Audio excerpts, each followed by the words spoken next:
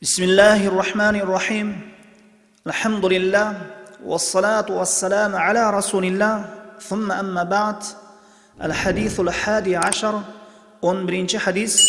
عن أبي هريرة رضي الله عنه أن رسول الله صلى الله عليه وسلم قال: حق المسلم على المسلم 5: رد السلام وعيادة المريضة واتباع الجنائز إجابة الدعوة وتشمية العاطس. متفق عليه. Абу Хурайра радиаллаху анхудан риwayat кылынат.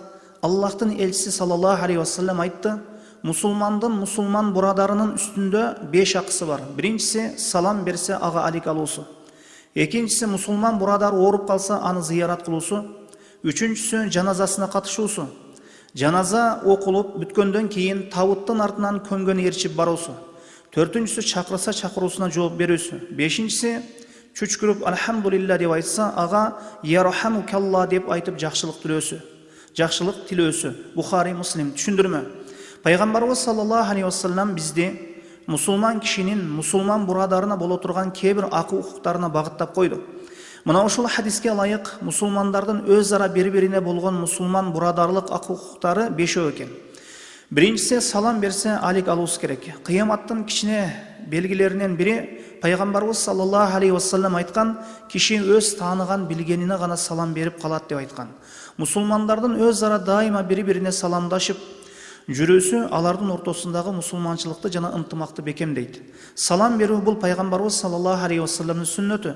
Ушул хадистин башка бир риwayatында «Иза лакитаху фасаллим алейх» эгер ага жолугуп калсаң салам бер деген.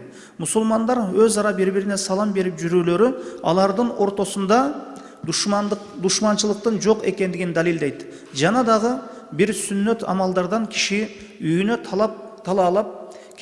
талалап кайтып келгенде да үй бүлөсүнө салам берип кирүүсү. Пайгамбарыбыз саллаллаху алейхи вассалам үйүнө кирип келген кезде үй бүлөсүнө салам берип кирет эле.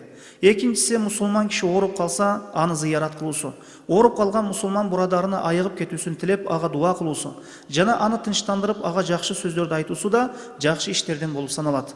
Пайгамбарыбыз саллаллаху алейхи вассалам хадисинде мындай дейт: "Ман аада маридан лам язал фи хурфатил жанна хатта яржиа." Пайгамбарыбыз саллаллаху алейхи вассалам айткан: албетте мусулман киши өзүнүн мусулман бурадарына ал ооруп калган абалында зыярат кылса, ал үйүнө кайтып келгенче бейиш хурфасы ичинде болот деп айтты. О Аллахтын элчиси, бейиш хурфасы эмне деп сурады сахабалар. Ошондо Пайгамбарыбыз саллаллаху алейхи вассалам ал бейиштин терилген мөмөлөрү деп жооп берди. Имам Муслим риwayat кылган хадис. Үчүнчүсү жаназасына катышуусу. Жаназа намазы окулуп андан ары табытты ээрчип кабырстанга чейин барып көмүп кайтуусу. Ан Аби Хурайра радиаллаху анху قال رسول الله صلى الله عليه وسلم: من اتبع جنازة مسلم إيمانا واحتسابا وكان معه حتى يصلى عليها ويفرغ من دفنها فإنه يرجع من الأجر بقيراطين كل قيراط مثل أحد ومن صلى عليها ثم رجع قبل أن تدفن فإنه يرجع بقيراط.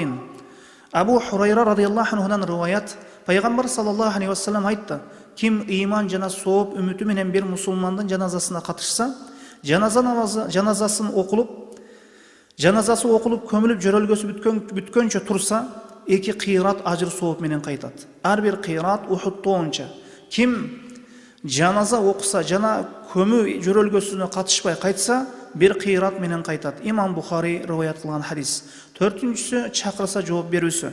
ومن ترك الدعوة فقد عصى الله ورسوله صلى الله عليه وسلم وكذلك أمر النبي صلى الله عليه وسلم فقال: إذا دعي أحدكم فليجب فإن كان صائما فليصلي وإن كان مفطرا فليطعم. Hadiste kelişince kim çakıruğa жооп бербесе, ал Аллах жана анын элчисине күнөөкөр болуптур дейлинген. Жана Пайгамбарыбыз саллаллаху алейхи вассалам буйрган иштерден силердин бирөөңөр чакырылса жооп берсин. Эгер орозо болсо дуа кылып отурсун, ошол үй бүлөгө, ошол үйгө береке тилеп отурсун. Эгер оозу ачык болсо тамактансын. Эгер чакырык жакшылыкка жана шарият максаттарына жана достукка болбосо, жана ал чакырылган жерде шариятка карама-каршы келген иштер болсо, арак, музыка, ушул сыяктуу шарият тыюу салган иштер болсо жооп бербесин. Мындайча айтканда, андай жерге барбасын. Бешинчиси чүчкүрүп Аллахка мактоо айтса, чүчкүрүп алхамдулилла деп айтса, ярхамукалла деп аға дуа қылсын, ярхамукалла деп айтсын. Жана түшкірген адам яхдикумуллаху юслиху балакум деп мына ушул дуаны айтсын. Түшкірген киши альхамдулиллах деп айтпаса, аға ярхамукаллах деп айтылбайт. Балким ошол инсанга бул сүннөттү үйрөтүп коюу керек болот. Аллаху алам. Ва саллаллаху аля Мухаммадин ва алейхи ва сахбихи ва саллам.